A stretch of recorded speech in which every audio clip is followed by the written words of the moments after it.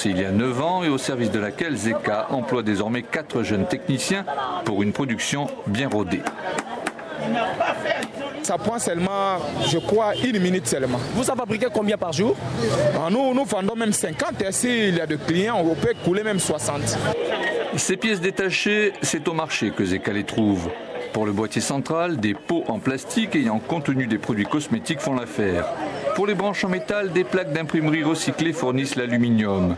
Une formule qui séduit la clientèle. On m'a convaincu, je fais les images.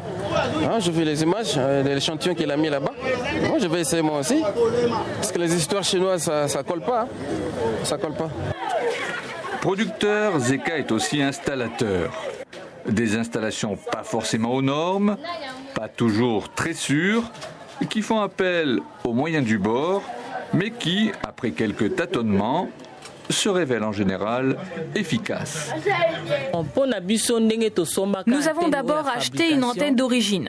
Après qu'elle soit tombée en panne, nous nous sommes résolus à acheter une antenne de fabrication locale, dépourvue de booster. Ça fait 4 ans maintenant.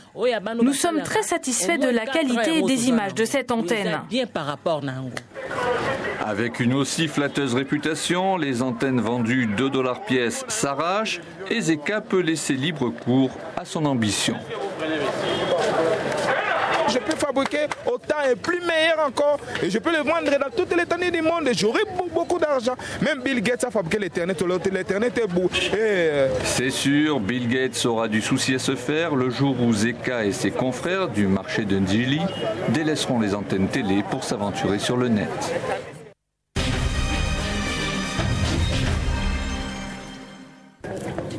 C'est la première réunion à rassembler autant de chefs rebelles depuis l'accord de paix du Darfour signé en mai 2006 à Abuja, au Nigeria.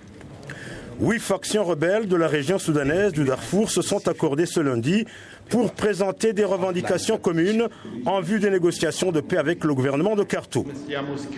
La plateforme commune présentée à Arusha porte notamment sur le partage du pouvoir et des richesses, sur les problèmes liés à la sécurité, à la terre et aux questions humanitaires dans la région du Darfour.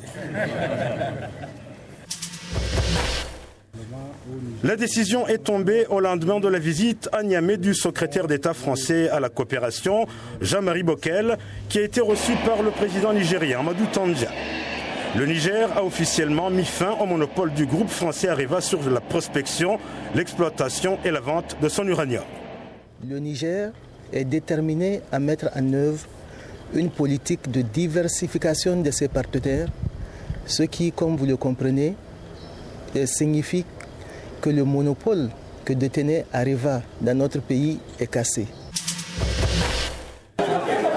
L'opposition congolaise est remontée au créneau pour dénoncer des fraudes et des graves dysfonctionnements qui ont entaché le deuxième tour des élections législatives organisées dimanche par les autorités de Brazzaville. Ouverture tardive des bureaux de vote, cafouillage dans la distribution de la nouvelle carte électorale.